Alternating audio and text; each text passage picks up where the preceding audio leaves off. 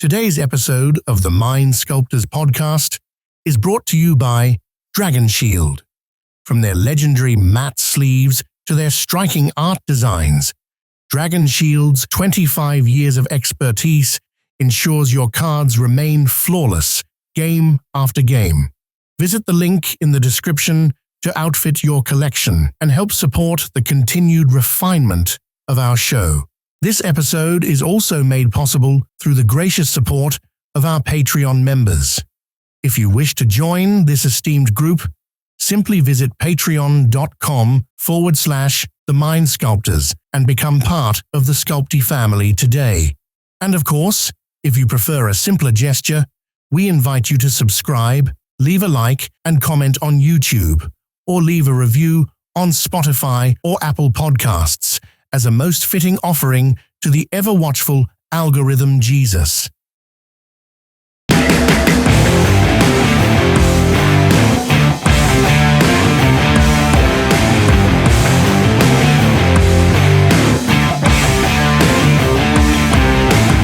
It's a new year. The new year. It's a new year. It is Wednesday, January 7th when we're recording this. To record Mind Sculptors episode 199.7. Yeah. Definitely not episode 201. Nuh-uh. Welcome everybody to the Mind Sculptors. I'm Cal. I'm Ian. And this week we are going to do our first episode of the new year, our new season. And boy, oh boy, that green screen is fucking bad, bro. If you are listening on audio, I apologize. You're missing out. That is some, what's the word I'm looking? That is some crunchy green screen.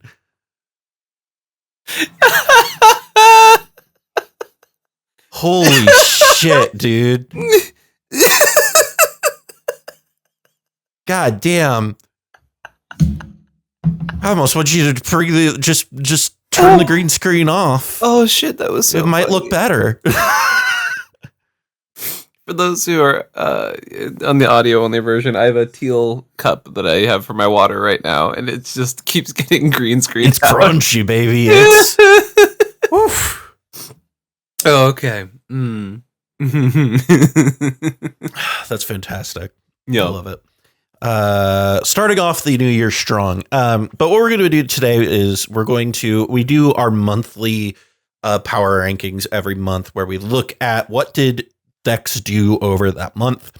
And today we're going to look at the totality of 2025. What did these decks look like over the course of a year? And so with that, there are a few things that, this month we're going to be kind of doing our like year end stuff. People generally I see people do it in December and I'm like, but stuff still happens in December. So I want to talk about it in January. And we'll do our award, our cEDH award stuff or whatever, where we talk about, what our favorite cards and stuff were of the year. But right now I want to get into data. And so one thing, there's a couple things I want to note before we get into it, is we are looking at the biggest sample size that we will get to work with realistically. So we are talking about average entry being in the hundreds. But for a fun positive note, this is our biggest sample of data ever for a year, right? Ever. EDH 100%. has continued to grow, and this year, especially 2025, was so huge. It was a huge year. I think the numbers of this episode aren't going to sound super shocking, or there's not going to be a lot of mind blown stats that are going to be throwing out, because it's going to be a lot of stuff you've been putting together throughout the year if you've been watching these every month. But I think what's nice is we can take a lot of these really positive highlights, right? Things like, oh yeah, hey, this is the healthiest year cEDH has ever had. We have never been in a better spot with this format, and that's, in my opinion, pretty damn cool. No, I totally agree. So let's kick it off. Let's get into actually, before we get into honorable mentions, I have a dishonorable mention for the year. What's a dishonorable mention? Dishonorable mention is a deck that I really love trashing on. And I just want to take an opportunity because it wasn't going to come up in the in this data because we didn't really talk about it over the year because we never ranked it. But I keep hearing people talking about it. I've seen people post videos on Twitter, and I have to keep bringing it up. I really didn't talk about it last year. It's been about a year and a half since I've talked about it. But hey, guys, it's 2026. We don't have to play Crick anymore. Crick's numbers for the year were abysmal. First of all, it did not win any tournaments, which is a 50 or more. So that's a big one of 144 entries. Only had a 10% top cut percentage. Yeah, that's very rough. Had a 2% top 4 percentage and an average win rate of about 19.5%. Yeah. I think we can move on. That's and really funny. Yeah. If there are people out there telling you that it's still viable, it's being overlooked. It's not being overlooked. It's getting played way above what it should be getting played. I also got to shout out the fact that, like, if you look up a couple rows, Obnix's numbers are almost identical too. And that's another deck that I've very historically been like, I know this deck's really popular, but also it's not great. Yeah. And if you haven't looked at the data, I'm going to make sure I put the whole year data sheet in the show notes.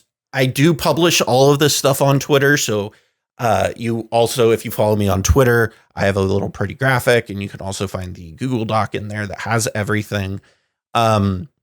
But yeah, man, I think it's time, to just move on. It's bad. It's not good. Is no bueno. So that's my dishonorable mention for the year. Other nominees for that were Glarb, which people tell me all the time is great and has a 21% win percentage, or 22%, excuse me, my bad. It a 12% top cut percentage. I mean, we spent a good portion of the early parts of this year being like, man, Glarb's the truth, and it's not the truth.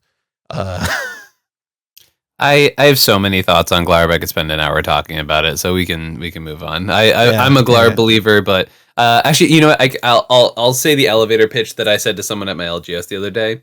Hey, I think while you do that, I'm going to critique you a little bit right now. Stop leaning away from your fucking microphone.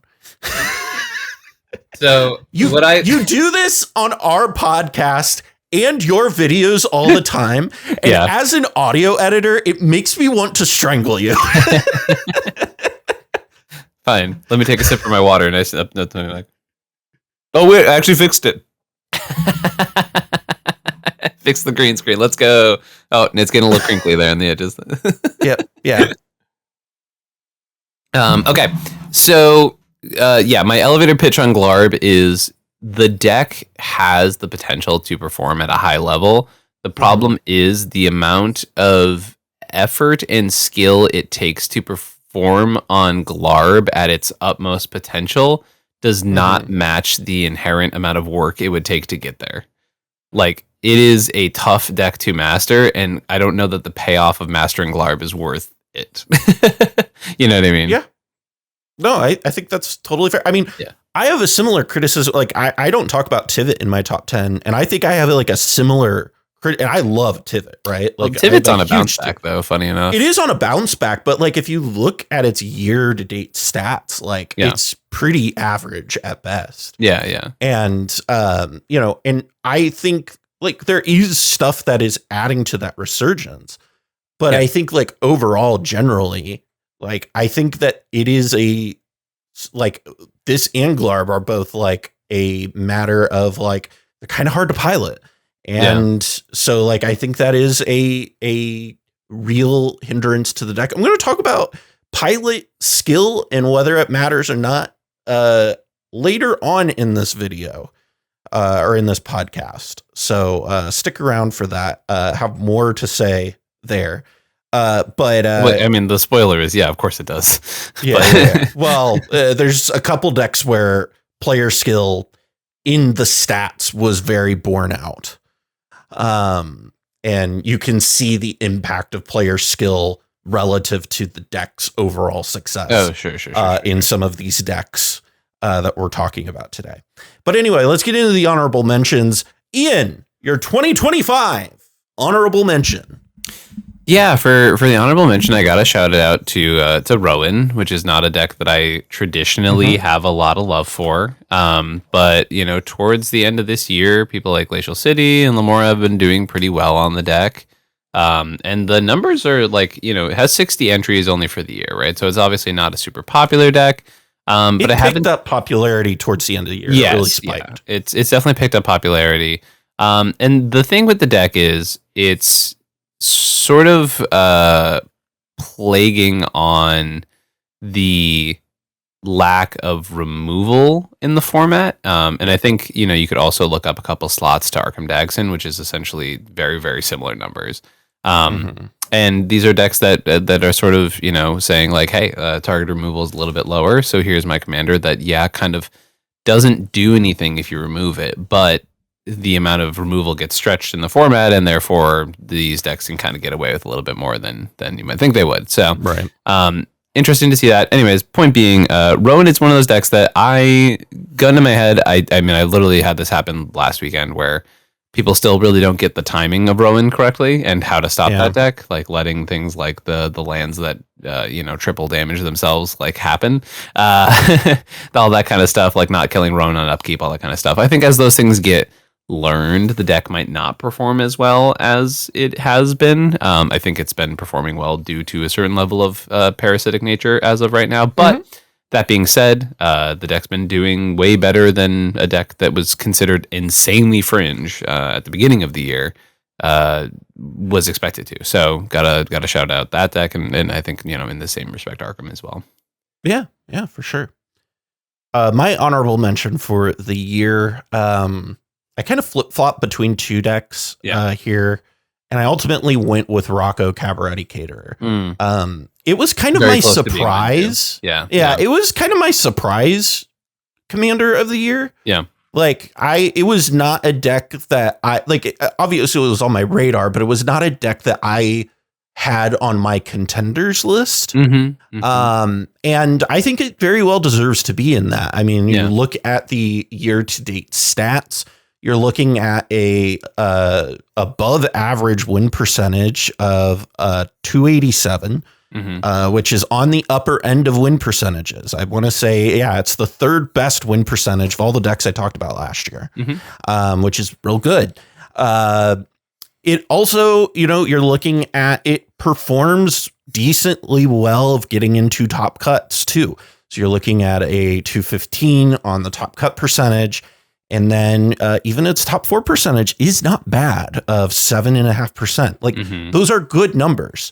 They are not like wildly insane numbers, but they are what you should expect from a competent competitive deck.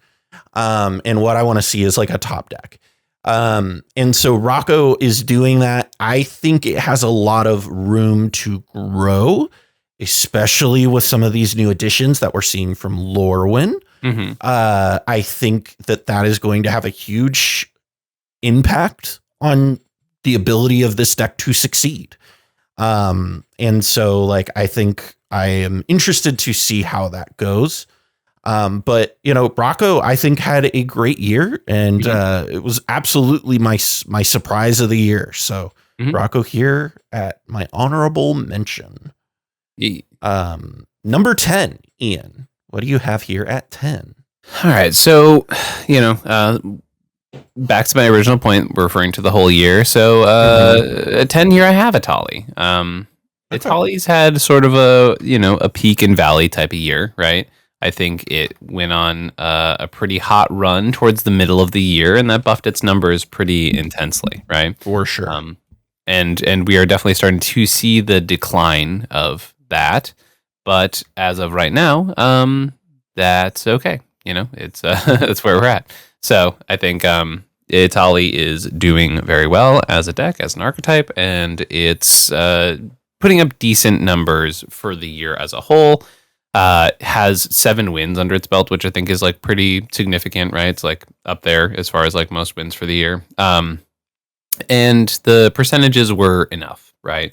The reasons at 10 is because it's not exemplary in any position, and it is a feast or famine deck, right? Like it would very often throughout the year, even in the tournaments where someone would win with Itali, you would then see like 705s, right? Like right, exactly. Or the next best placement would have been like 2 wins less than the winning deck, right? And so I think it's just very understood that Itali is one of those decks that if you hit the high roll, congratulations, you win with the deck, and if you don't, that sucks. And I think just given the metagame right now, I have to once again pay respect to how it performed in 2025, but I think we've already expressed the past couple of months how we sort of feel about it moving forward. Yeah. Well, I'm not going to respect it. Itali is not on my top 10. It was below of all the decks that I talked about. I believe what's the number 23 decks in total. Yeah. Last year, and it was in the bottom half of all of those decks in total results. So it did not make my top 10. My 10 instead. This is where I have Kenrith, the Returned King.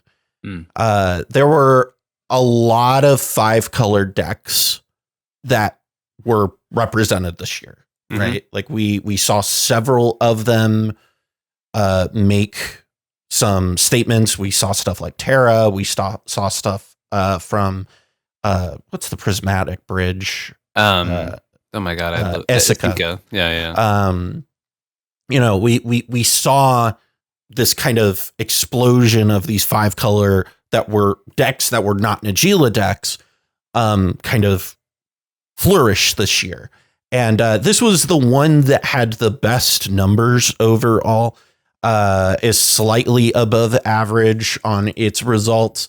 But it's a very versatile strategy. We talked about this, I want to say last month, where the deck can kind of, there's some versions of it that are real wild and off the wall. And then there's the very core Adnaz versions of them. But I think that is an asset to Kenrith in that it can kind of be jazz, man. You just kind of do what you want with it. But 27% win percentage is nothing to laugh at. Like that is a very good win percentage in this format. And 19% on the top cut percentage, 6, almost 7% on top 4. Where it struggled to pull in results was ultimately in converting those numbers. And this is a theme that you're going to see this year, is converting those top cut results into tournament wins. And that is what I'm interested to see if it can improve on that here in 2026. So I have Kenrith here at number 10. Number 9, Ian. What do you have here? It's funny enough, I was looking through the results from the year and I said, Kenrith looks pretty nice right about now. And then I said, okay, well, that's not how I've been doing things this year.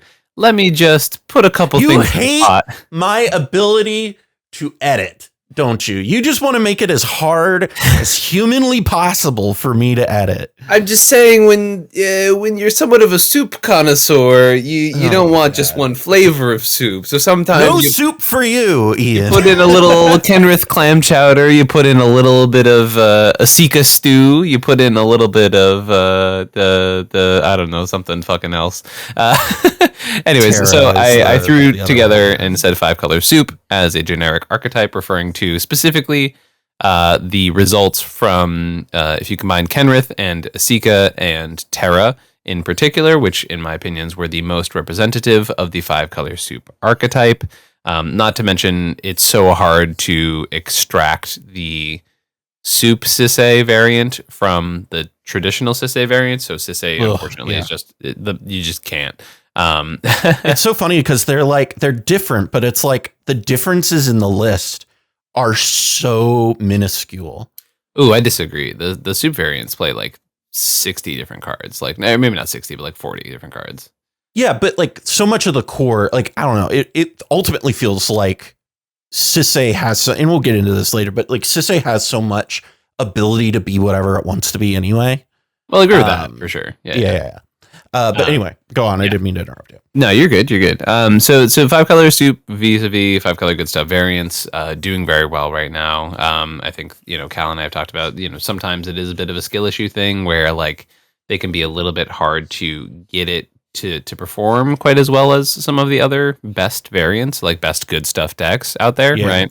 But I think in general, picking up a 5-color package of all the best cards in Magic, especially now that Green's getting actual tools in the form of things like Cabbage Merchant and stuff like that, it's a good time to be playing 5-color soup. It performed, if you look at those 3 commanders combined, as I mentioned, for all of last year, the numbers are pretty attractive, right? And all of them had above average win percentages. All of them had above average conversion percentages. All of them had above average into 16 and 4 and all of that stuff, right? So 5-color soup looks very attractive. The only reason I can't put it higher realistically, even though I kind of want to, is one, because of things that are fighting for those top slots that have more of a centralized base to them. And 2, it's just not as represented as other decks, Yeah, no, I totally get it. I fully agree. Yeah, I don't have any big arguments with it. My number 9, this is where I have Dargo Timna. And this is a deck that I think of the non-blue decks, it performed the best of the non-blue decks this year. And great win percentage, 27 or 276. Where I am less enthralled with it is in its top cut percentages, being around 17%. Yeah. But I will say it's improving as the year has gone on. And so that did, if you look at I need to pull the data on the month-to-month basis in order to show all of this, which is something I am working on. It's just competing with me playing Crusader Kings, unfortunately. And so the line graph of it, it goes up towards the end of the year. As I just kind of looked over some of the trends. And so I like Dargo Timna here. I like it enough to put it here on my year-end results. I'm not in love with it, but, I gotta, lots of really cool innovations are happening with it. I think the people who brew this deck are super passionate about this deck, and do some cool stuff with it.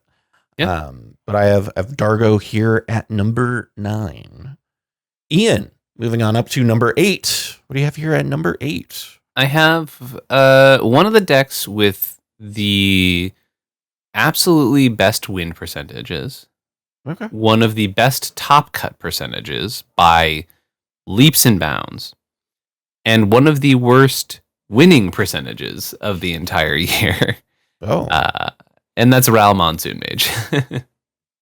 Did you just say one of its worst winning percentages? Yeah, it has one of the worst win percentages of all the top decks, for sure. Are you saying tournament win percentage? Yeah, tournament win percentage. Oh, I thought you meant it's win. No, I started with the actual win wait, percentage is insanely high. Yeah. So every other stat, apart from converting to win the entire tournament, Ral has thrived in this year. And even then, the numbers aren't atrocious, right? Ral had an exceptional year, and especially it truly this year, in my opinion, solidified itself as the best deck for making top cut, right? If you are planning on making top 16 and being okay with losing in top 16, it is a fantastic deck for you. That being said, I think I've expressed my opinions on Ral and its current place in the metagame. But when we look at the entire year, Ral did amazing. It did very, very well this year. And especially those middle months of the year, it really took people by storm. Now, I do think, and I'm going to be very clear about this, a lot of Ral's best results were before people understood how to beat the deck. I think it had some insane results relatively early on last year, in which people were still like, I don't know where to stop this deck. Now that it's an understood quantity, it is still very capable of performing. And once again, I very much expect them to squeeze into top cuts. I don't expect them to dominate Swiss, but I expect them to squeeze into top cuts very often. I don't expect them to win a lot of tournaments, but I expect them to be able to be a deck where it is essentially... I was talking with some of the best Ralpas from last year, and what they often say was, yeah, the deck's just a force check, right? And I really think that is an apt description of the deck. It is truly just trying to make sure you have your force of will, see what happens from there, right? And just kind of taking it from day to day. Yeah. Yeah. No, I get it. My number 8. This is where I have Thrasios Timna. I low key.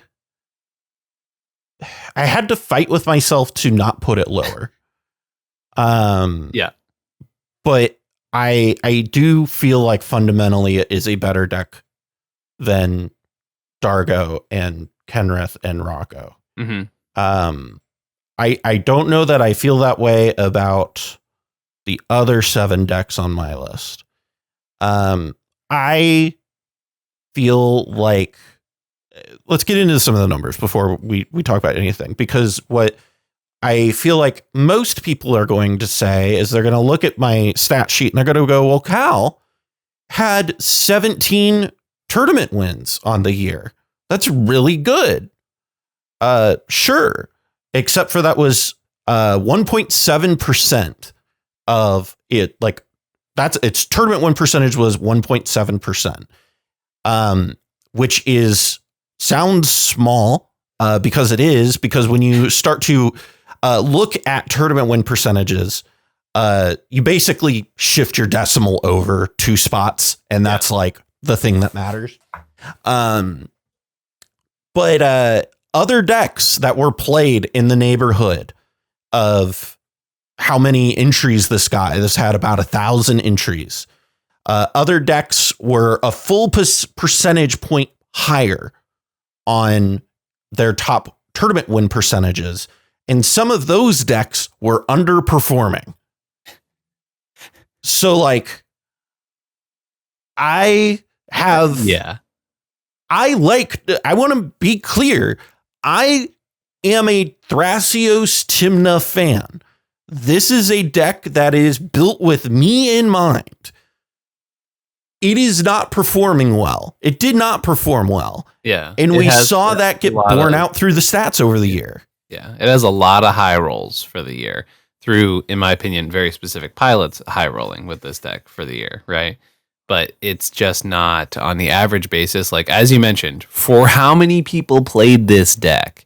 Yeah. This is my number 7, to be clear. So we can sort of combine these two conversations. But I completely agree, right? Like, I think it's the exact same conversation. Realistically, it is seeing this deck. It does well. It can perform well. And I gotta shout out the Thrasios and Timna pilots who figured out how to hybridize the Aboro plans, how to hybridize the Turbo Cradle plans, and make them still feel like a Thrasios Timna deck with the card quality it needs. Balance the 4-color mana base without making sacrifices to the Cradle plan very hyper effectively.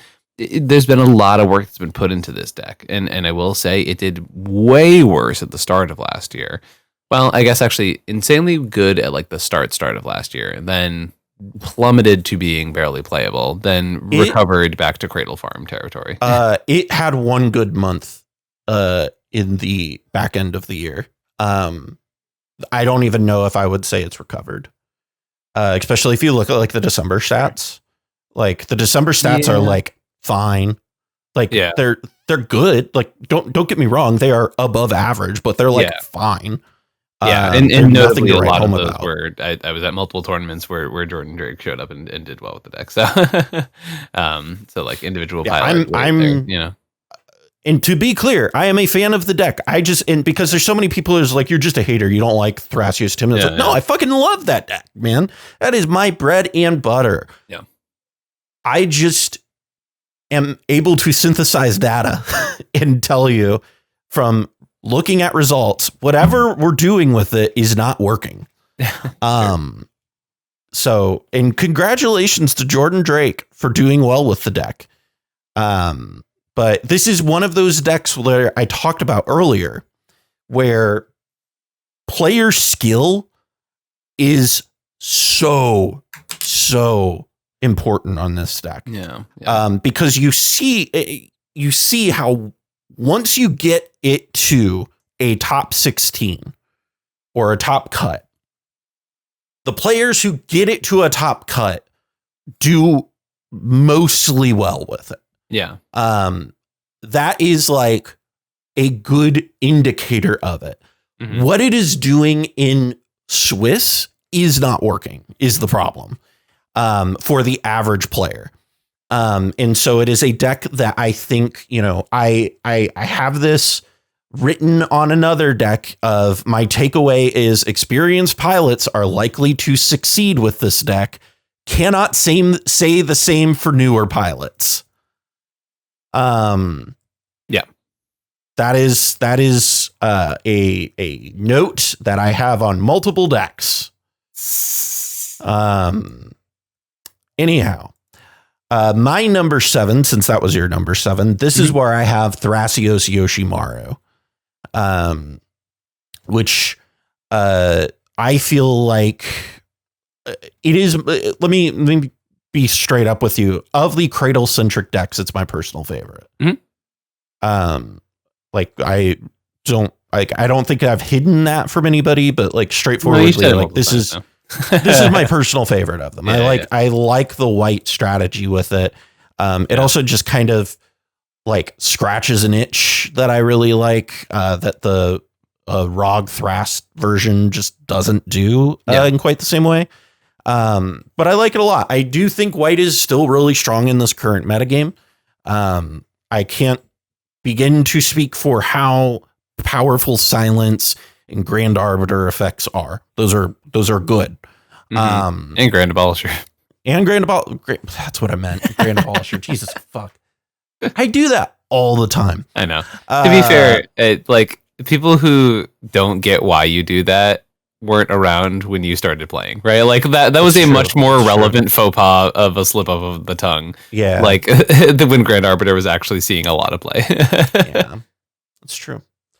But yeah, I like it a lot. I still do think it has some like identity issues in terms of like, it feels like it's trying really hard to replicate Rog Thras in Bant and doesn't have its own identity. Like I think the way I would describe it is it has like a little bit of little brother syndrome, if that makes sense. Disagree, but not in the sense where I think you're completely off the mark. I think you're maybe only seeing very specific variants of the deck list, because I do think that we're at the point where they have their own distinct identity. And in fact, I think there's somewhat of a schism in the Yoshi Thras deck building period, right? There's actually 3 variants that you see very often. One, which is completely cradle agnostic, A plus B random combos deck, essentially like what feels like what Dawnwaker used to be, right? Sure. That version was popular at the early part of last year and then sort of fell off extremely fast. Then there's what feels like Turbo Cradle, which is, I think you mentioned, little brother version of Rog Thras, which, you know, has the benefits of having things like Felidar Guardian and stuff like that. Similar to the list we saw top cut, the Steel City 500-person tournament. And then I think there's what I've very specifically tried to do with the list that I ended up winning with Yoshi Thras is very specifically, it takes a sidestep where it recognizes the power of Cradle, it uses the power of Cradle, but also is very happy to rely on the Bant mid-range engines, which can be completely agnostic of the Cradle plan, right? And I think that's where most of the strength of these things tend to lie with Yoshi Thras in particular, is that like during the course of my last run with it, where I ended up winning, I played against Magda with a Volatile Fault. I played against the Lumra that tried to strip mine me like 6 times, right? And I was able to power through those decks because the Yoshi variant is able to essentially grind outside of that game plan, you know? Right. No, I think that makes sense. I just, yeah, I mean, I think until that becomes the dominant the norm. Yeah, I agree. Yeah, I think it's gonna feel a little bit like Little Brother. I agree. And I think that's kind of my biggest criticism of it, which I feel like is barely a criticism. But like, that's kind of where I'm at with Yoshi Thras. But it is my favorite of the Cradle decks. Like it is. I have Rog Thras somewhere on my list that we'll talk about in a little bit. Oh, actually, Rog Thras is next for me anyway, so let's just talk about it. Oh, okay. I sort of tend to talk about Rog Thras a lot on these lists and not talk about Yoshi Thras as much for the year. Not because I don't believe in it. Clearly, I do. I've shown up with the tournament twice with it and won in top forward, right? So, like, clearly, it's a deck I believe in, and it's a deck I have a lot of favor for, actually. And I work with a lot of people who work on this deck as well. I think it's very solid and extremely powerful. The white in combination with the Cradle plan is pretty messed up at times, to be frank. Like, it's pretty messed up. The fact that, like, Voice of Victory is +3 bodies on your guy's Cradle is like a super not okay interaction that we have access to, right? Yeah. But yeah, so we'll talk about the Thrasios decks as a whole, right? They've had a bit of an up and down year, right? They are definitely, this is their first year with them being the big kids on the block, right? This is the first year where Rog Thras has officially cemented itself as one of the big boys, TM. And I think that that's a really interesting sort of dynamic shift, right? This is something that, if you've been around historically, you would consider Rog Thras a deck, right? Not one of the decks, right? But it is one of the decks at this point, and they're still being innovated upon. And to be honest, Wizards has no problem printing really messed up cards for this deck, it seems. Which honestly, we just got one of the biggest answers to why play Rog Thras versus Yoshi Thras. We certainly did. Yeah, unfortunately. I have all over my notes for decks in this where it's like, let me find specifically just like, has a lot of room to grow. Yeah. Expect it to surge in 2026 with new Lorwyn additions. Yep. All over my notes. Yeah, I haven't dropped my video yet breaking down my tournament with Rog Thras, which was my first time playing a non-semi-blue version of Rog Thras. And to be honest, the deck felt kind of insane. It felt like it could have won the whole tournament. To be honest, I got insanely unlucky during my top 16 and mulled to 3. Just to be like that sometimes. It'd be like that, right? But like the deck felt kind of nuts. The addition of Nyx Bloom Ancient completely changed how I felt about that deck. You'd be surprised how often a just hard casting a 7-drop is perfectly normal in that deck. I believe it. So yeah, I got a lot of affection for Rog Thras moving in, especially into 2026. I think the deck's it's funny because powerful. I feel like you didn't have affection for that deck at all this year. Like I felt like it was a deck that you were pretty steadily dogging. Yeah, I think a big part for me was accepting the fact that I just thought the Breach versions were dumb. And no offense to anyone who plays that variant. Like I recognize that people do well with that variant. But the Simic variant feels so clean. It's like comical. Like the amount of times you can like drop an 8-drop on turn 2 because like you've just completely dumped your hand because of how clean the Simic mana base is. That's generally what I tend to see from it. So having sort of figured that out for myself, then seeing the list that won Frenzy combined with doing a little work of my own and like figuring out a lot of the kinks that I just was not liking in the way other people were building the deck. Yeah. So it's a deck that I very much, it's always been in my wheelhouse, right? It's like, I mean, if you look at the decks that I performed best on throughout history in this format, it's got a lot of the right stuff. It's very Ian coded. Yeah. But it was just not clicking. And I think I finally got the deck to click and I'm like, oh, okay. This is the deck that I can recognize its power. It still has those moments where you dump like 20 mana worth of stuff on the board and everyone's like, oh my God, you're so scary. And you have like no cards in hand and then you lose. And don't get me wrong, if you untapped, you were scary, but then you lose to somebody else. Right. Which is definitely the most awkward part of Rog Thras is that middle period between I've dumped all my mana and I can't do anything about anything that happens at this point defensively. That makes sense. My number 6, this is where I have Sisay Weatherlight Captain. Sisay is a good deck that has a lot of, one of the things that I I really wanted to point out with it is it has probably one of the most resilient brewing groups in the community. Like, yeah, the fact that they lost like multiple massive cornerstone pieces of the deck and were able to like keep their numbers high is really a testament to the work that the people who play Sisay put in to what that deck does and how it is doing. A couple of things to note with it. It has a pretty impressive top cut percentage. One of the better top cut percentages, that is 218, which is one of the better numbers of all of the decks that I talked about last night or last year. Excuse me. It has the fourth best top cut percentage, which is real good. And like fifth best win percentage. Like it performed very well. What's crazy too is that is all with the context of the first 3 months of the year. It was bad. Getting its shit pushed in. The deck was not doing well. So like all of these are recovery numbers, which is crazy to me. The fact that there's also 3 distinct Sisay archetypes that have performed over the year. There's the good stuff variant, which is either a Naz or a Breach deck, sometimes both.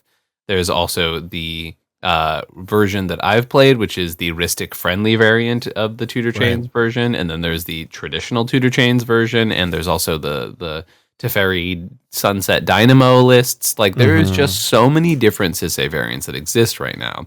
And the fact that all of them are still able to perform, the fact that this deck list can be so flexible, the fact that it can be so many archetypes hidden under one commander's roof says so much about Sisay's potential. It's a deck I have a lot of faith in, a deck I believe in quite a lot, and it's a deck that if you just don't respect it, you're going to get clowned. Like, it's truly a deck that you have to put respect on. Yep, 100%. Like, it is a very good deck. I like what I saw out of it this year. The biggest critique I have of it is it had a hard time converting top cuts into tournament wins, which is not uncommon for decks. But of like of the 5 decks I've talked about so far, it has the worst tournament win percentage. It's so sad because there's a win missing from those results because it was never put on top deck.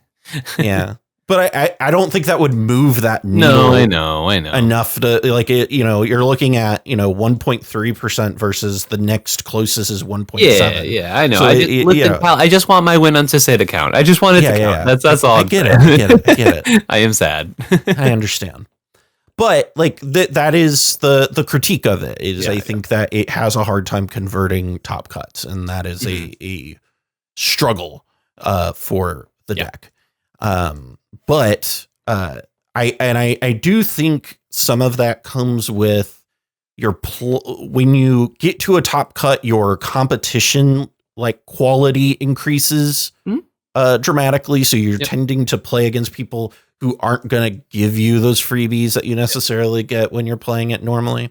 Yeah, I wouldn't think that, like, I want to caution to not think of Sisay as a deck that only wins with freebies, right? Like, I feel like that's something. Oh, for sure. Yeah, that's a bit of a misconception. But that being said, it definitely can capitalize on people who don't respect it, for sure. That's kind of what I'm getting at is your, like, surface area to win is significantly smaller in a top cut for Sisay than it is during a top 16.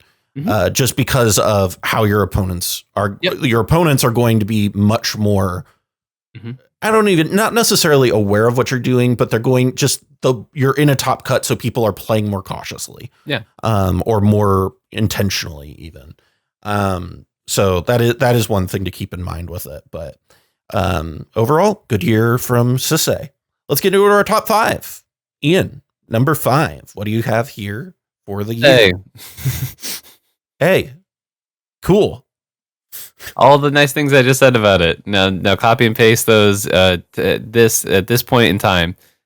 Great. I think we said it all, to be honest. I think this is just a very powerful deck, very flexible deck. It can be so many things. It evolves constantly. And it's a deck that, pilot dedication, pilot skill, all that type of stuff really can be super reflexive in this deck. And I think, if you are a puzzle solver in any capacity, pick up Sisse. You're going to have fun. Yeah. No, I tend to agree with you on that. All right, so I guess we'll move on to my number 5. This is where I have Ral Monsoon Mage. And I have a lot of good things to say about Ral. But not, I'm going to come down hard on it here in a minute. So just enjoy the Ral pilots, enjoy all of the praise I'm about to give you. So stick with me. Let's look at what it did really well. It had the best win percentage of 2025 overall, which is real good.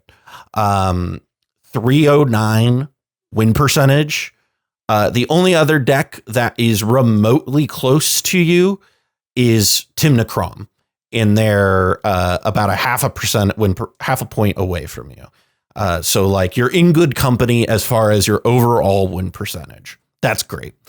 Also had the best top cut win percentage of the year. So it converted into a top cut at the best rate of all decks that got played this year. And to give you an idea of how much better it was, the number 2 deck is Tymna Kraum, shocker. Its top cut percentage was 245, which is real high. Ral's was 258. That's a big difference. So Ral did a really good job of winning and getting to the top cuts. And I'm still not done saying good things because it also had one of the best top 4 percentages of the year at 9%. It had, the third best top 4 percentage of all of the decks that I talked about, only behind Rogsai and Tymna Kraum. Great company to be in there. So like it's doing a lot of things right, and by all metrics should be higher up. Here's where we have the problem. It can't convert those numbers into tournament wins. It struggles real hard to convert the numbers we just talked about into tournament wins. And I think some of this goes back to what we had talked about with Sisse, right? Some of what Ral does really well is it gets those free wins. And that's not the only thing that, propels it so forward. But when you're in these top cuts, your surface area to get those dramatically decreases. And so that is one of the things that it is going to struggle with. But like it is only, I said Sisse's tournament win percentage was 1.3%. Ral's was 1.4, which is not much better, right? Like, yeah. But I have a hard time not putting it in my top 5 when you've got the best win percentage, the best top cut percentage, one of the best top 4 percentages of the year. Like they are doing a lot of things right, but for some reason, none of that is converting into winning events. And so that is kind of my takeaway on that deck. I would like to see it do better.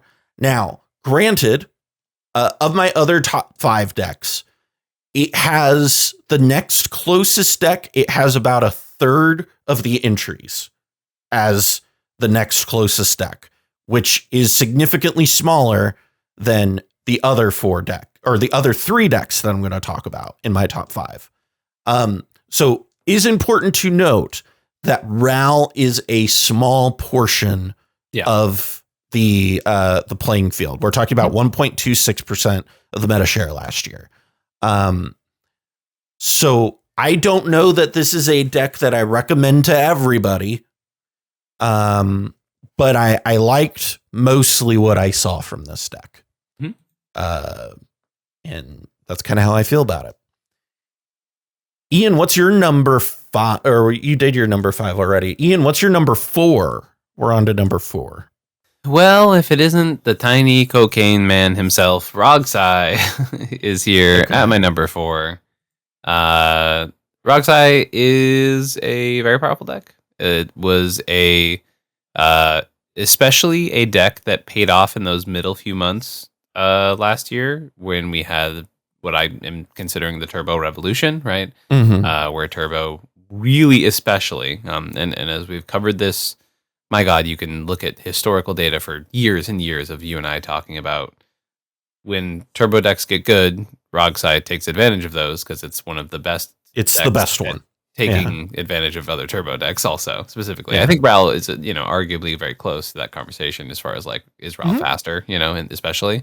Like I've seen more. That's actually interesting. I wonder. Yeah. Like they feel real close. Well, it's funny because you and I have defaulted to Rogsai is the best Turbo deck for years now, but like with Ral in the picture, it's like, well, I don't know actually. Is it? That's a really good question. Yeah. They each have their strengths. These are the weaknesses. Rogsai in a Turbo world is going to perform every time. And it had a good year, and I think Rogsai pilots are perfectly, apt at being able to go fast and perform well in these tournaments, right? Especially though when people start cutting interaction, when people start cutting things like Ranger Captain, guess what? Rogsai is going to walk all over you. It's going to be that way. It is a deck you have to mulligan around. It is a deck you have to change your play patterns around. It is a deck that you as a table have to decide to beat the piss out of, because if you don't, guess what? That is something I see all the time out of decks. Is like when I'm in games with Rogsai, it's always, if all 3 of you don't determine to basically play arch enemy against Rogsai, you're going to probably lose.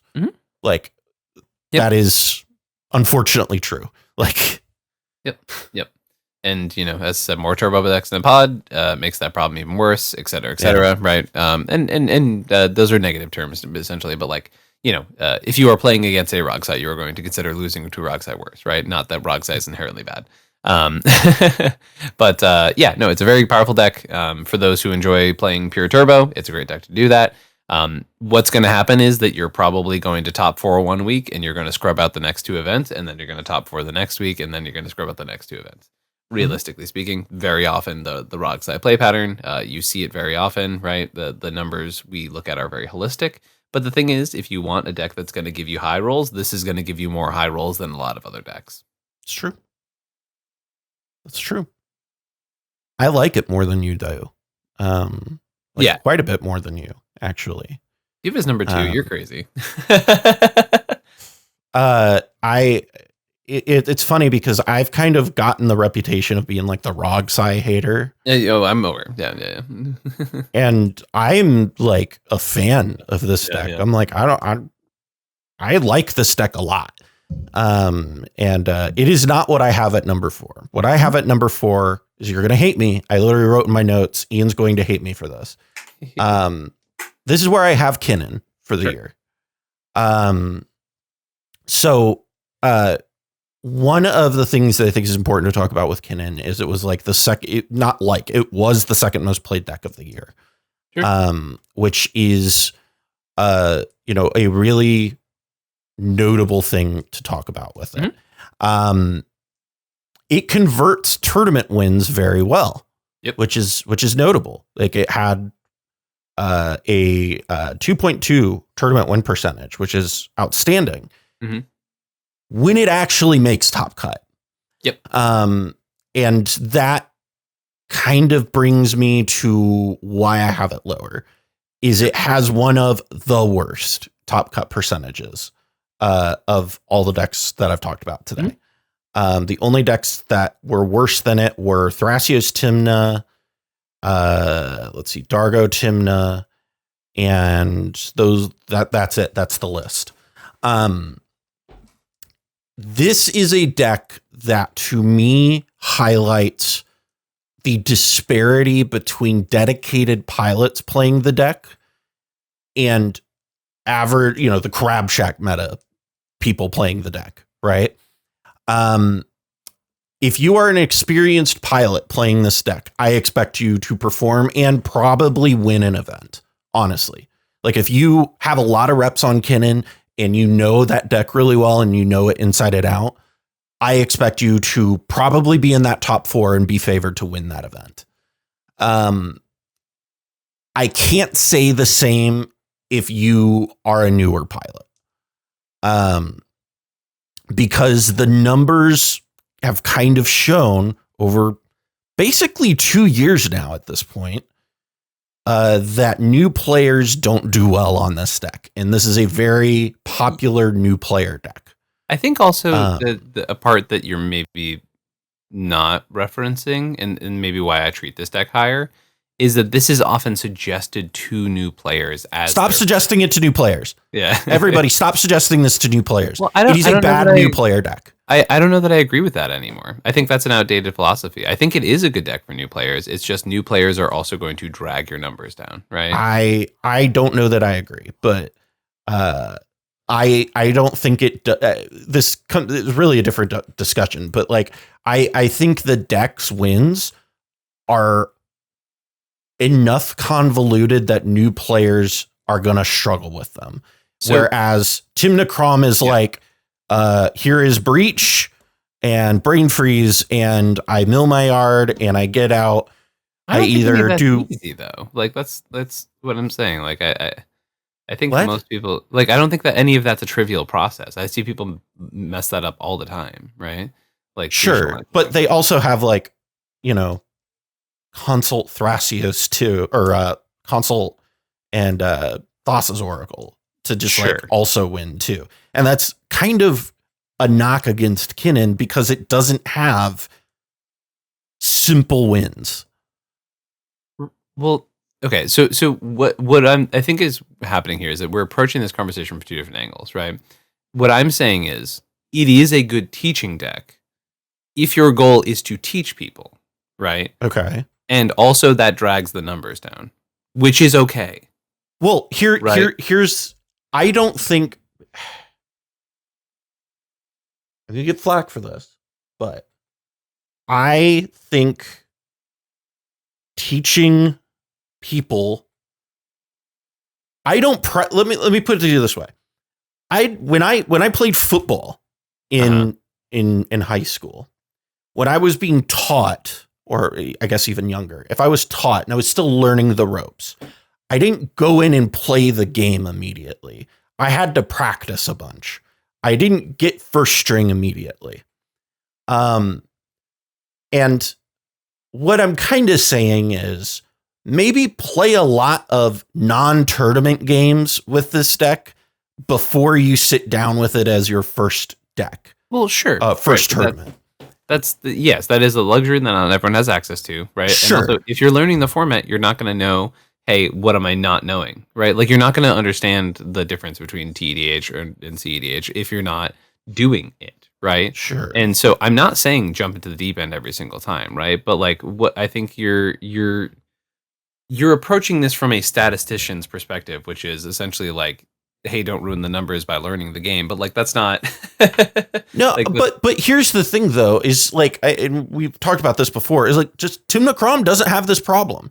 It's but also it is not a deck people just jump onto if they don't have some sort of experience. Like that I don't think that's true. I promise you it is. I promise you, as someone who teaches people for a living, that people don't like jumping on the blue farm right away. Some people will, and those people usually have a historied acceptance of playing other formats, right? So they're coming in with an understanding of at least the technical aspects of Blue Farm, right? Okay. And they can learn the social aspects of the format as things go on. But people who are jumping in from Commander very often will choose decks like Kinnan because there's two colors. They're simple to understand. That it is an A plus B combo. It is not an all-in type of thing like Necro and Nas and things like that. So what I'm saying is that there is an entire aspect of this that is not going to be covered by the raw data because it is just a genuine, what are people actually doing when it comes to learning the format? Right.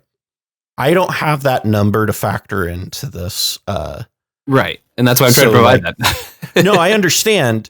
But also, there is no way to know if that number was 1 or if that number was 1,433.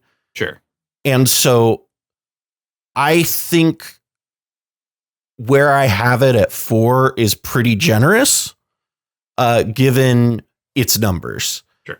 Because I think if this was any other deck not named Kinnan, Thrasios Tymna, for example, we would have it lower. But Thrasios Tymna isn't a teaching deck. Once again, like,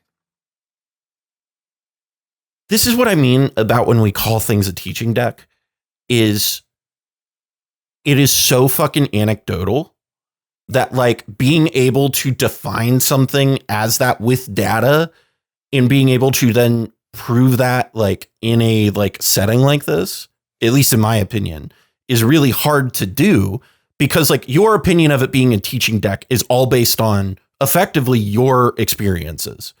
And that's great, but that is anecdotal evidence. Like, I can't say that there isn't a subsection of people in Seattle that are learning they're like cutting their teeth on Thras Tymna.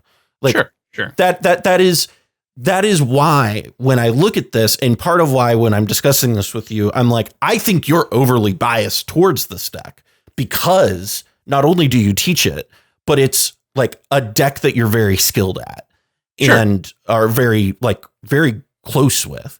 And right, but that's not what I'm arguing here, right? Like, that's like I understand what you're saying, right? But I understand what you're arguing. Yeah. My point of what I'm basically saying is I think some of that perspective is colored by. Yeah, I say that shit all the time, but that's that's already self-reported. My point is, you're bringing up a point that's completely unrelated, right? Like, I'm aware that there is a bias towards a deck that I do well with. Once again, Kinnan paid for my wedding. I say that shit all the time, right? Sure. That is, but my point is that if you look, like, genuinely at the amount of people, like, you could do a poll, you could do a mass, it doesn't matter. Like, I agree that the numbers aren't there. My point is, and the point I made in the beginning was that you are looking at things purely from the numbers, but that's not how the fucking game works. It's not all math. We are not all sitting down and just. But when I'm giving an overall perspective, right, on here's what to expect at an event, here's what these looked like at events. Mm-hmm. It is a clear perspective, because even if there's a new person playing in an event, it performing low is a real factor there, right? And, like, if you are playing against a Kinnan pilot and you're at an event, that will either be somebody, based on the data, it looks like it's somebody who's probably not experienced in the format, with like a handful of exceptions. Yeah. And I guess this comes down to be honest, I think one of the things that I think is a biggest critique here, right, is that we have no way of weighting performances in 200 person tournaments versus a 50 person local, right? Like, which is our cutoff, right? And I think that's, like, a huge part of why these numbers sometimes feel so weird. If you're not, like, especially for people who, like, go to tournaments quite a lot, right? Like, there's going to be times where a lot of the numbers that we're reporting on every month, like, yeah, what you're seeing at the 100, 150, 200 person tournaments does matter a lot. And also, you're going to get one top 16 from that. You're going to get one top 4 from that. Right. You're going to get one winner from that, as opposed to the 15, 60 person locals that happened this weekend that are weighted more heavily. Right. Mm-hmm. And I guess that's what I'm getting at, is that, like, yeah, you're going to see a lot of Kinnan in those local scenes doing those smaller tournaments very often. Right. Okay. I'm okay with that. Like, I think that is fine. I think my overall point still stands of, you know, if you are experienced pilots are likely to succeed with this deck, and I cannot say the same for newer pilots. Well, okay, so and I think that's maybe where we're definitionally getting off on the miscommunication here for this conversation. My whole point was in response to you saying Kinnan is a bad deck to teach people on and stop giving it to new players. And my response to that was, no, I disagree. It's actually a really good deck to give to new players. You just shouldn't expect those new players to show up and win every tournament on Kinnan, because they're new fucking players, and they should be focused on learning and not on. I continue to stand by. I think that there are other decks that are much more straightforward Such as? I'm genuinely curious. I mean, hell, Rocco even. Like, I think that is a much more straightforward deck. Yeah, but it doesn't teach you how to interact, right? That's the other issue. Sure. But like trying to teach people how to interact, like that is its own like thing. Right. But like I say a similar thing about Tivit. It's like people who are new will be like, oh, should I play Tivit? I'm like, absolutely not. Yeah. Like, yeah, it's my favorite deck. Please don't play that as your first deck. No, for sure. Anyhow, moving on up, number 3, Ian. What do you have here at 3? At 3, I have, okay, so this commander had the most entries of any commander for the year. Also had, I think because of how many entries it has like sort of volatile numbers with as far as like top cut percentage and things like that. But it did walk out of the year with almost 100 top 4s. Pretty cool. 23 tournament wins and 270 top cuts. Oh my God, you fucker. You fucker. I hate you so much. I hate you so much. That's right. My number 3 is Unknown Commander, baby. I hate you so much. 3,289 tournament entries for the year, Unknown Commander took up a whopping 14.59% of the metagame. I mean, it had a terrible top cut percentage. It has a terrible.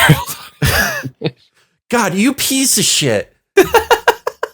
I was like, are you putting Tim Necrom here? Are you fucking serious right now? No. Tim Necrom had 1,000 less entries. What are you talking about? Oh my God. All this Holy shit. It's very funny that you brought this up at the start of the episode. I was just biting my tongue the whole time. You fucker. I still think 15% is an egregious amount of unreported data for the year. That is a like statistically overwhelming amount of data that could swing any of the fucking opinions that we've been sharing for the past hour. Seriously. In one direction. It could change the whole Kinnan conversation. Yep, it could change the Blue Farm conversation. Those could be 1,000 people who fucked up Blue Farm so bad, right? Like that's the trouble, right? Like, don't get me wrong, Blue Farm's still doing great. I'm not worried about it. Even if 1,000 people tank, the result would still be looking. It'd still be the best deck. Yeah. Unknown Commander. We talked about it a bunch.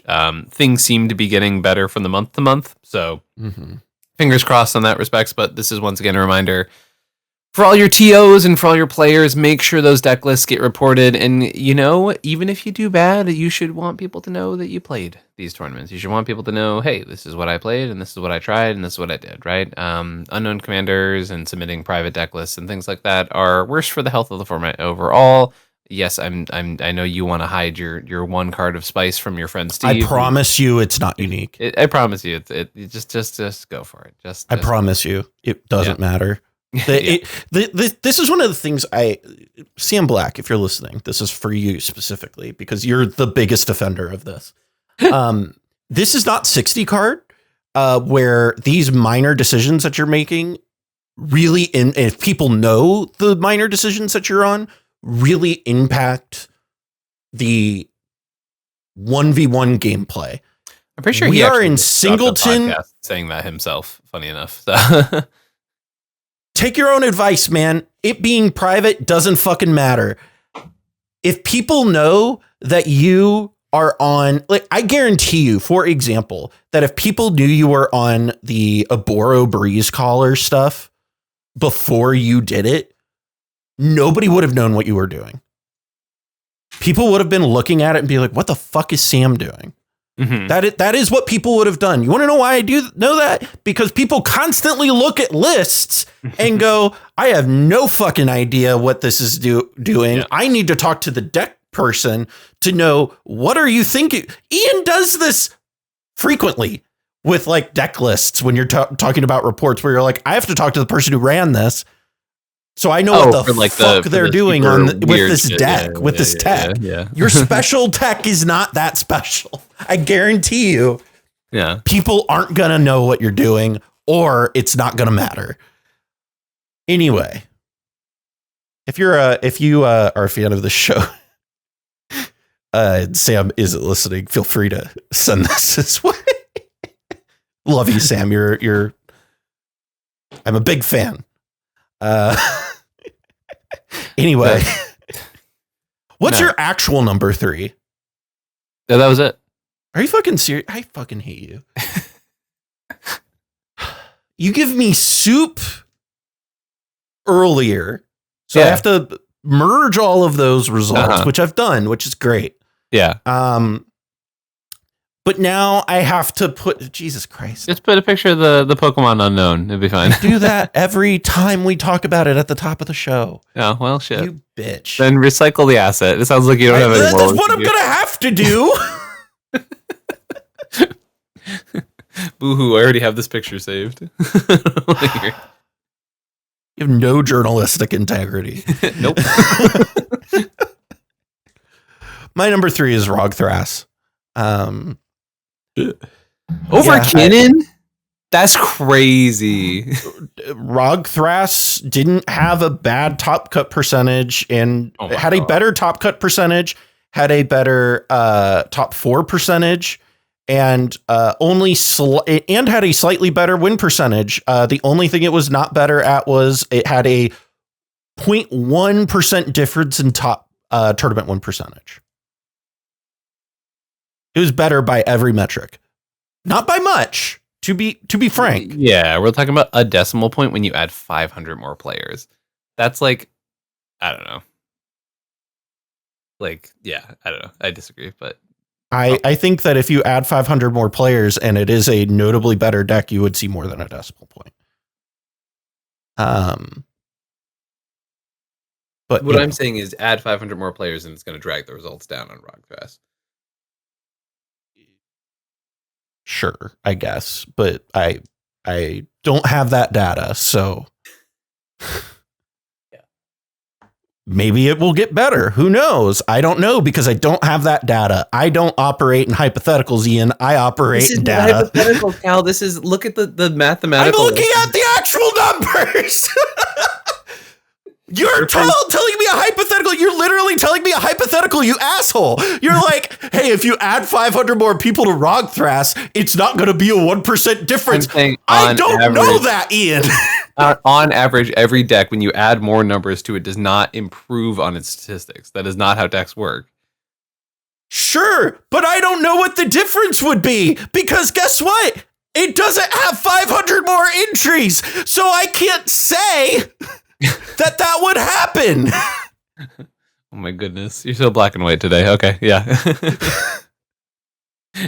If we were just doing an episode about talking about a fucking spreadsheet, that would be totally fine, Cal. But I'm not just talking about a spreadsheet. Dude, listen, if I were to rank these, by the way, my spreadsheet wants me to rank them.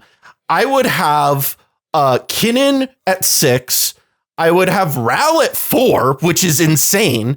I would have Rocco at 7. Well, what way are you over what? What is the parameter that the spreadsheet is using? It like weighs your win percentage, your tournament wins, your top win. It weighs like all the metrics against each other. So I understand that you're not using a random algorithm, but my point is I'm trying to add context to these things. And I understand that they are not completely rock solid context, right? But the whole point that people come and fucking listen to us is because they think our opinions have weight to them. And that's why I'm saying my opinion. I'm giving my opinion, and you don't like my opinion, is what it is. I hear you don't like that I'm critical of Kinnan. With your opinion, and my point is, in my opinion, if you add 500 players to Rogthras, the numbers look worse. That is what I said. Don't know that. I'm aware. That's why I said opinion, dickhead.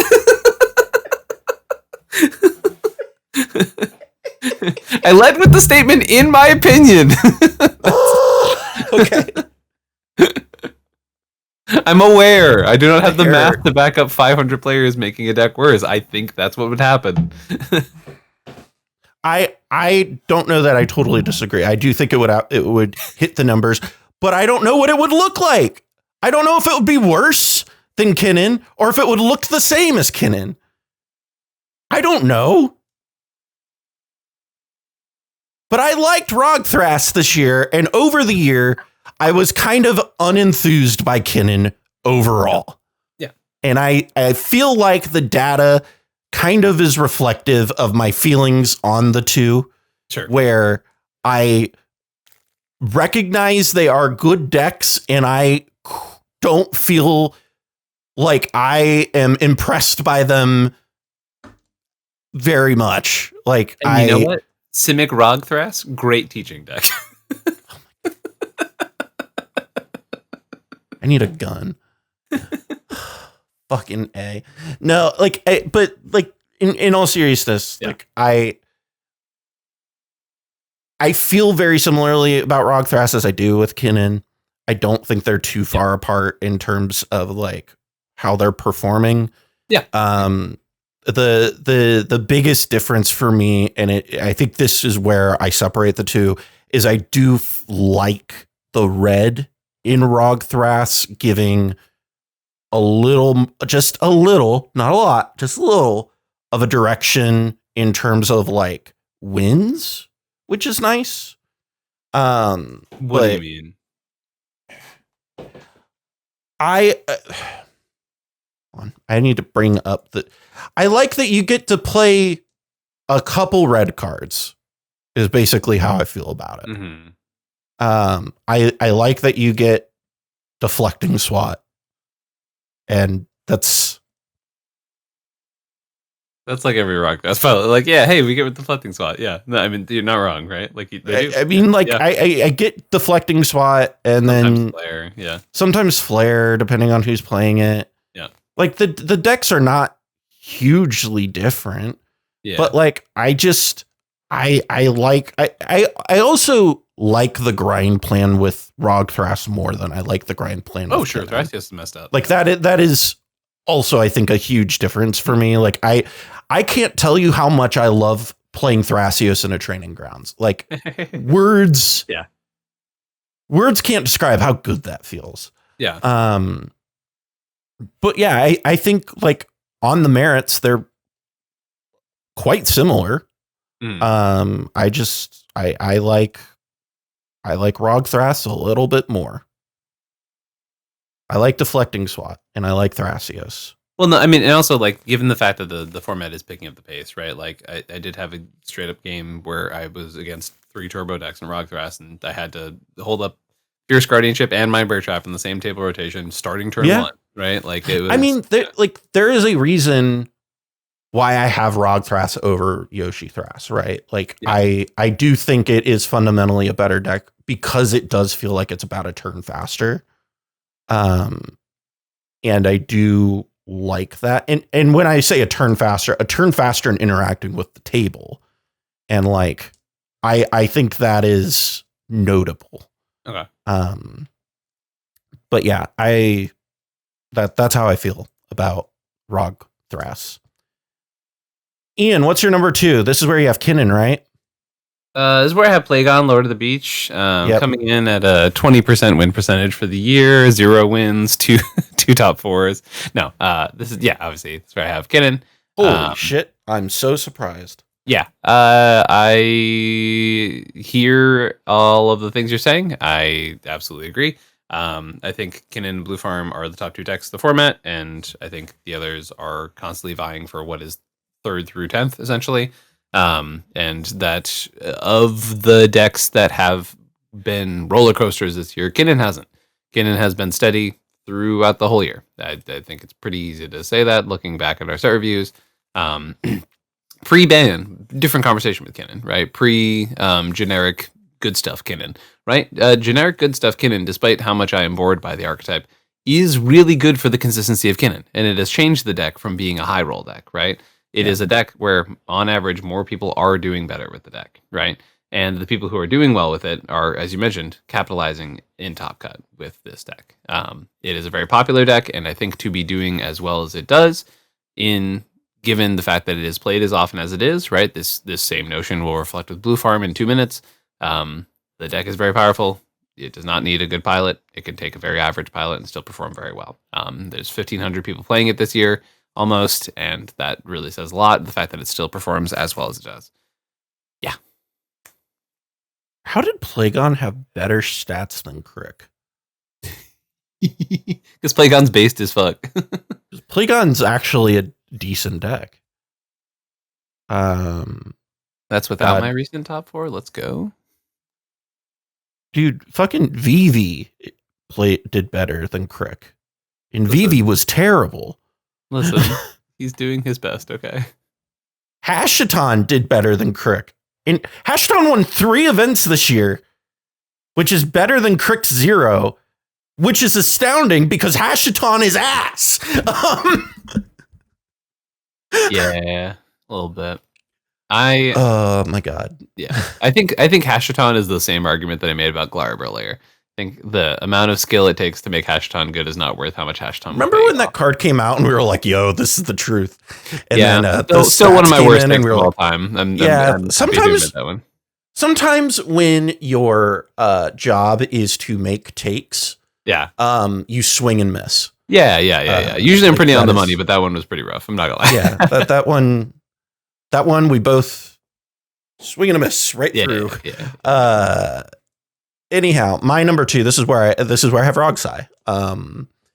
I liked the performance out of Rogsai this year. I thought that it was, outside of last month, one of the more convincing decks that I saw. Like, especially for Rogsai. Like, Rogsai is a deck that, as somebody who's been watching this data for like going on 2.5 years now, Rogsai's performance can be a real roller coaster. And this year, I know you said it was kind of all over the place, but I saw it be rather consistent. It kind of tended to sit right around this 28% win percentage mark. And I thought that was what I meant by inconsistent. What I mean is you can give the same pilot Rogsai and send them to 4 tournaments in a month, and they will not perform on every one of those tournaments. Right? Oh, sure. But that's true of literally every deck.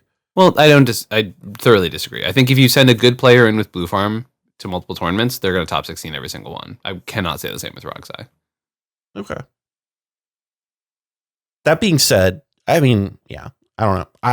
I have Rogsai here. I like Rogsai a lot. I think competent Rogsai pilots are really good. Again, please, if you are teaching somebody how to play Commander or competitive Commander, please do not hand them this deck. You'll confuse them. They will not know what is happening because the timing of this deck is huge. But I just liked the performance out of this deck overall. It had, a 9% top 4 percentage, 227 on the top cut percentage. And this was a rather sizable chunk of data too. We're talking about 653 entry points. So like it had a reasonable amount of entries, 2.9% of the metagame. And I think when I look at the last 3 decks that we've talked about, right? You look at Rogsai, Rogthras, and Kinnan. Rogthras or Rogsai, except for tournament win percentage, where it's only 0.2% different than Kinnan, it is better on every metric across the board. So I liked what I saw from that. And I have been favoring Rogsai pretty heavily into this meta game, where people are playing what feels like greedy to me. And I did have in my notes here, expect it to get a lot better with Lorwyn additions. Yep. Rogsai is my least favorite thing I'm going to be seeing out of Lorwyn. It's going to be obnoxious as hell. In fact, hexing Squelcher into an ad nause is not something I'm looking forward to, and something you should be very ready for. So, yep. Good luck. I think I posted on Twitter, like, God, this set is going to be the reason I invest in Commandeer, isn't it? Like, Jesus Christ. Those effects, like deflecting SWAT and redirect lightning, I think is the card, the Zuko card. Like those cards, I remember in our set review, I was like, we don't have it. We have enough of these. I take that back. We don't have enough of these. Apparently, we need more. So that is because apparently if I can't counter the spell, I need to be able to do something with it. So that's kind of my thought there. I also said in my notes, turns out putting wins on the stack is good, question mark.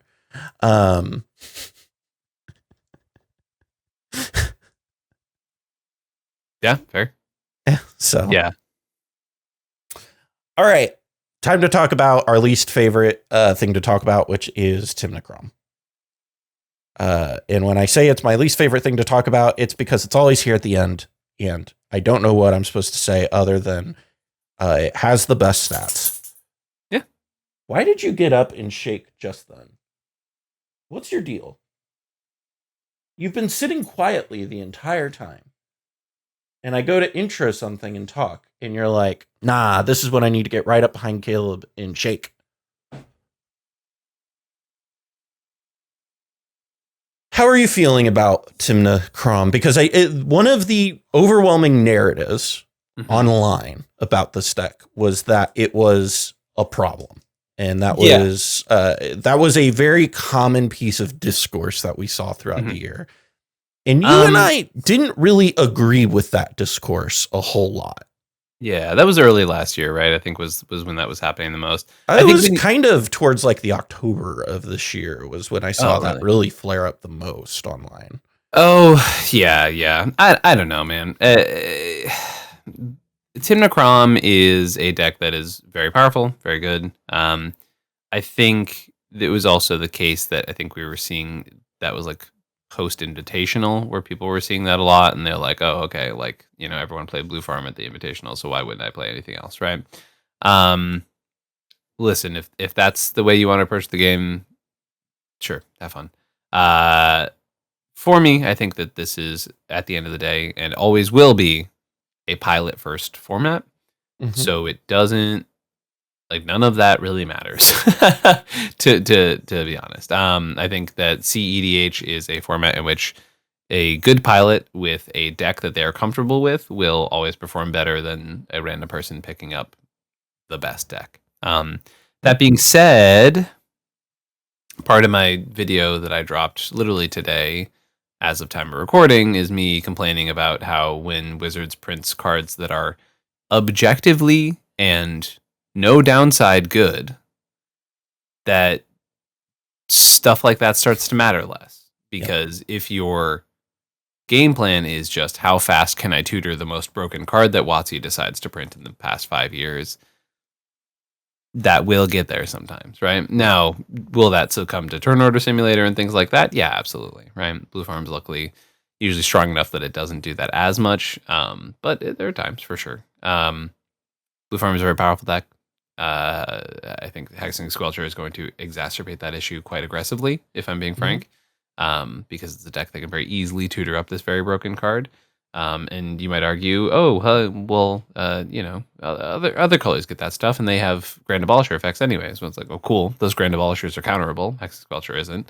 And they also don't have ward for itself and everything else stapled onto it. Yeah, I mean, the pay 2 life ward is like inconvenient, but it's not like definitional to what makes that card good, right? That though, to me, is the part of it that felt like an insult personally, because that was the part where I'm like, why the fuck is this on it? It could have just been the first 2 lines, and I would have been like, man, that's really strong. I hate that they printed that. And then they're like, no, it's also a ward lord too, and it's like, why? But also part of the problem is that, like, you know, one of the best ways to beat uncounterable spells is to silence your opponents, and guess who also has access to those types of things.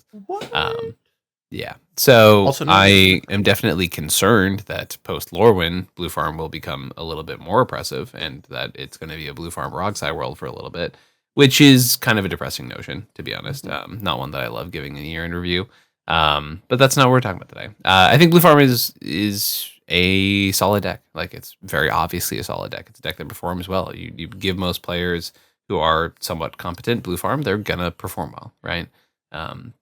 Sort of on a just pure level, right? Like, that is what the deck is very good at doing, right? It is good at giving you the best tools. That's what it does. It's the best tools you have access to, and some card draw to get you to get those tools into your hand, right? It is generically good. And yeah, I think we're at a point where I don't know. Like I didn't necessarily think the bow was going to break, but if Wizards keeps pushing cards that are just objectively pushed and not balanced, then yeah, things might end up exploding at some point, right? And we have to adapt and move around accordingly. In the meantime, maybe slot in that extra piece of removal, the target removal. Heavily invest into a mind break trap. Yeah. Is something I could. I mean, legitimately, suggest. like I put not that target removal is necessarily explicitly we're talking about here, right? But like Force of Vigor, I like haven't seen in any green decks now in like forever, right? And I like you guys might want to think about that one recently, and it like absolutely cleaned up house every time I played it. So I think like things like that. Well, just like look, there's some weird target removal that exists in the format. It's time to start thinking about playing some of it. I feel like I would like to see Tymna go away. It's kind of how I feel. It's fucking time. I think I'm ready for Tymna to go away. It's been a decade. We hit a decade. It's technically. I'm ready to. As of this year, if we hit summertime, it will have been 10 years that we've had to deal with Tymna. Yeah, I'm ready for Tymna. Of the partners, Tymna is the one that I'm like, can we make it stop, please? I legitimately think if you want to make a sweeping partner ban, I have previously pitched the big three, right? Which are Tymna, Thrasios, Rograk, right? Like without a fail. It's those three. I don't even necessarily know that I really think Thrasios has to go. I realistically think if you want to make this format healthier, as you mentioned, start with Tymna. Realistically, there's no world where if we're banning partners, Rog should stay around if Tymna goes.